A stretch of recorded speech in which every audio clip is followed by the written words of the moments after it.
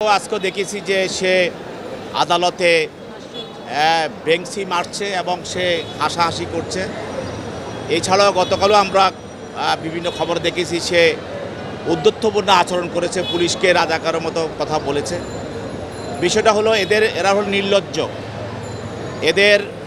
এদের মধ্যে এখনও তারা যে 15 বছর মানুষকে নির্যাতন করেছে, হত্যা করেছে, গুম করেছে এবং তাদের মানুষকে ক্রস ফায়ারে হত্যা করেছে এবং সর্বোপরি জুলাই গণঅভ্যুত্থানের সময় তারা যে ছাত্র জনতাকে গুলি করে হত্যা করেছে, এই বিষয়গুলো তাদের কোনো অনুশোচনা নাই।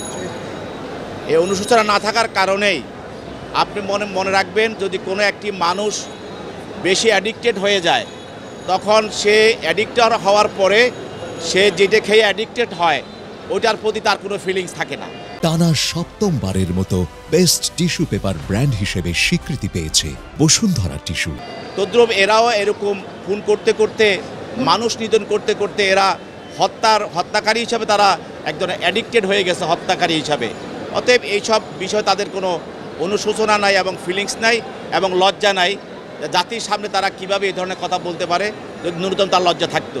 তবে আমাদের বক্তব্য হলো তারা হাসুক আর কাঁদুক আর বেঞ্চি দেখ আর মানুষকে গালাগালি। টানা সপ্তমবারের মতো বেস্ট টিস্যু পেপার ব্র্যান্ড হিসেবে স্বীকৃতি পেয়েছে বসুন্ধরা টিস্যু। খারাপ, তারা যে ফ্যাসিস্ট, তারা যে হত্যাকারী, এই বিষয় তারা বারবার প্রমাণ করছে এবং আমি মনে করি যে এগুলি দিয়ে তারা বিচার থেকে রেহাই পাবে না। তাদের বিরুদ্ধে বিচার হবে। যখন তাদের বিরুদ্ধে বিচার হবে, আমরা দেখেছি অতীতে পৃথিবীর বিভিন্ন দেশে এই ফ্যাসিস্টরা যেদিন তাদেরকে ফাঁসিতে দেওয়া হবে সেদিন তারা হাসাহাসি করেছে। তো এইসব ফ্যাসিস্টের ভিতরে এই ধরনের ফিলিংস থাকে না, কারণ তারা নিজেরাই তো জানে তারা ফ্যাসিস্ট, তারা কি অন্যায় করেছে। তা আমরা মনে করি যে তাদের বিরুদ্ধে যে আমাদের বিচার, সেই বিচারের মাধ্যমে আমরা তাদের এই হাসি, তাদের যে এই তির্যক বক্তব্য এবং আদালতে বেঞ্চি দেওয়া, পুলিশদেরকে যে রাজাকার বা অন্যান্য শব্দ ব্যবহার করা, এগুলি জবাব তারা পাবে।